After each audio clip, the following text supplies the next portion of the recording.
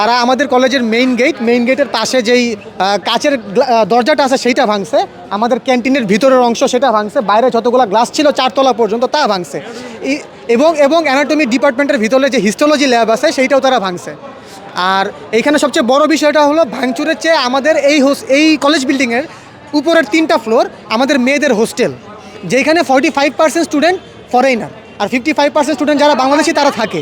তাদের নিরাপত্তার কথা তারা চিন্তাও করে নাই, তারা দেখতেছে এটা college building, Dhaka national medical college বিল্ডিংয়ের নাম, তো সেইখানে তারা এইখানে কেন আসলো, কেন ভাঙলো, সেটা আসলে কোনোভাবে জাস্টিফাইড না। এইটুকুই আমাদের বক্তব্য।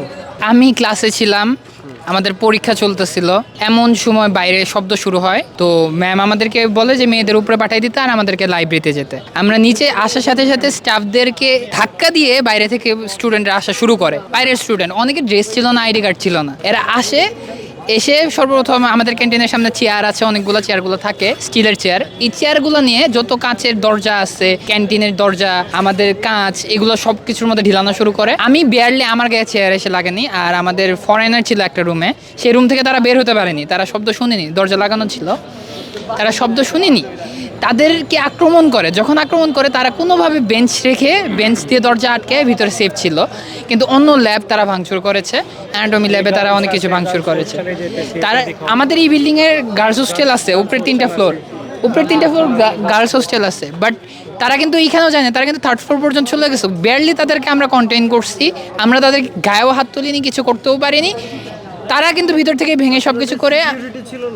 আমাদের কলেজের সিকিউরিটি পুলিশ তো ছিল না, তারা তো পুলিশ তখন তো কলেজের সামনে তো আর পুলিশ থাকবে না, কারণ কলেজের এখানে কোনো দায় নেই।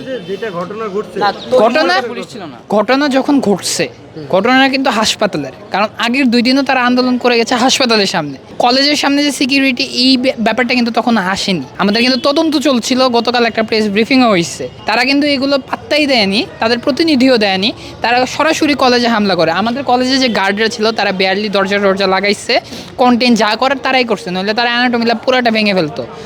আমরা কোনোভাবে আর কি আমাদের ক্লাসমেটরা উপরে উঠতে পারছে গার্ডদের জন্য, নইলে তারা এয়ারপোর্ট তারা ভাঙচুর করছে। আর গার্ডদের নিজেদেরও তো সেফটির একটা ব্যাপার আছে।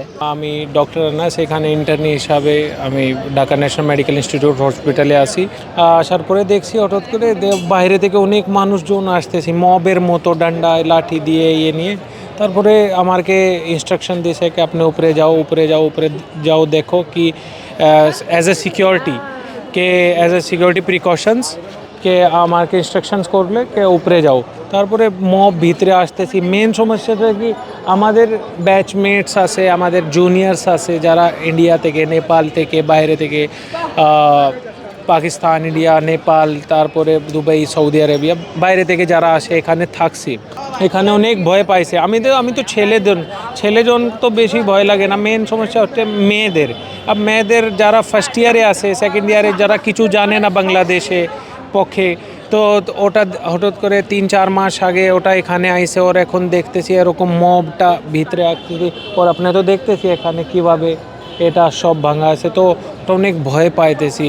তারপরে ও বাবা মাকে কল দিছে, বাবা মা কাঁদতেছি, সেজন্য ওটা তো অনেক চিন্তার বিষয়, ভয় লাগছে। মেন বাবা মাকে ফোন দিছে, হঠাৎ করে ফোন দিলে বাসায় তো সব চিন্তিত হয়ে যায়। সাডেনলি এভাবে ফোন আসলো কে এখানে মব ঢুকে গেছে, কোনো সিকিউরিটি নেই, কোনো কিছু নেই, তো সেটা মেন জিনিসটা, ওটা সিকিউরিটির জন্য একটু প্লিজ